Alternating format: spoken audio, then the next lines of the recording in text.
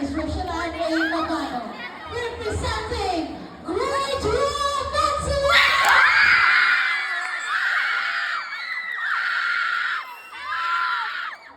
Advocacy is environmental sustainability, and this costume proves that.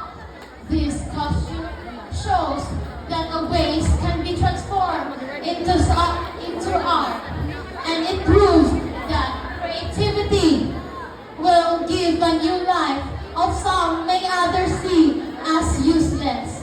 By repurposing and recycling, we can reduce some plastic waste around us, and we can protect our rivers from being polluted, and we can inspire to those peoples out there to act. Sustainability begins with responsibility. We need will not come from what we throw away, but from how we use to give it a second life and beauty and life.